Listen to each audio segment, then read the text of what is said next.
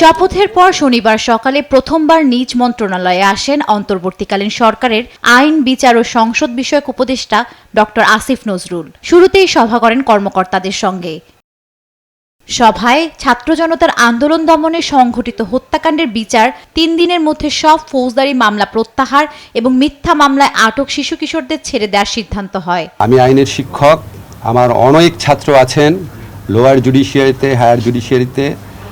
কিভাবে miscarriage of justice হয়েছে, বিচারের নামে কিভাবে হয়রানি হয়েছে, ন্যায় বিচার থেকে বঞ্চিত করা হয়েছে, এই পুরা প্রক্রিয়াটা সম্পর্কে ইনশাআল্লাহ আমি জানি।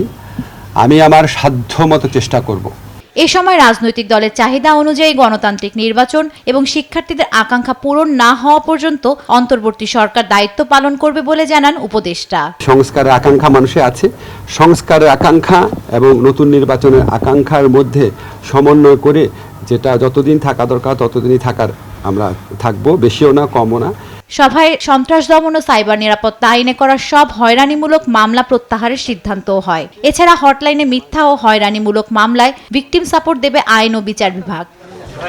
জান্নাতুল মোহনা, দেশ টিভি, ঢাকা।